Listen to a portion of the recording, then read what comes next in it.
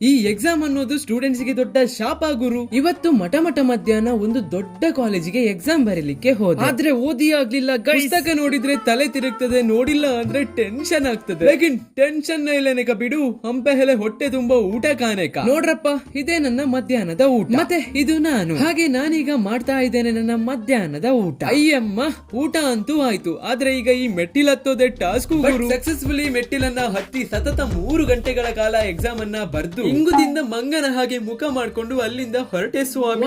ವಾ, ಈ ಮಳೆ ಕಾಲೇಜ್ ಬಿಡುವಾಗ ಕಾಲೇಜ್ಗೆ ಹೋಗುವಾಗ ಬರ್ತದಂತ ಗೊತ್ತಿದ್ರು ನನ್ನ ಶೋಕಿಗೇನು ಕಮ್ಮಿ ಇಲ್ಲ ಗುರು. ಈ ಮಳೆಗಾಲದಲ್ಲಿ ಕೂಡ ಶೂ ಹಾಕೊಂಡು ಹೋಗಿದ್ದೆ. ಇರ್ಲಿ ಬಿಡಿ. ಆಮೇಲೆ ಮಂಗಳೂರಲ್ಲಿ ಬಸ್ ಅನ್ನ ಹತ್ಕೊಂಡು ನಮ್ಮ ಉಡುಪಿಯಲ್ಲಿ ಲ್ಯಾಂಡ್ ಆಗಿ ಬಿಸಿ ಬಿಸಿ ಸಮೋಸವನ್ನ ತಿನ್ಕೊಂಡು ತಲೆ ಕೂದಲನ್ನ ಬಾಚ್ಕೊಂಡು ಮಾಡ್ಲೇಬೇಕಾದ ಕೆಲವು ಇಂಪಾರ್ಟೆಂಟ್ ಕೆಲಸವನ್ನ ಮುಗಿಸ್ಕೊಂಡು ಒಂದು ಪ್ಯಾಕ್ ನಂದಿನಿ ಹಾಲನ್ನ ತಕೊಂಡು ಮನೆಗೆ ಹೊರಟೆ ಅಂತ ಹೇಳ್ತಾ ಮತ್ತೆ ನಾವು ಸಿಗುವ ಆಯ್ತಾ.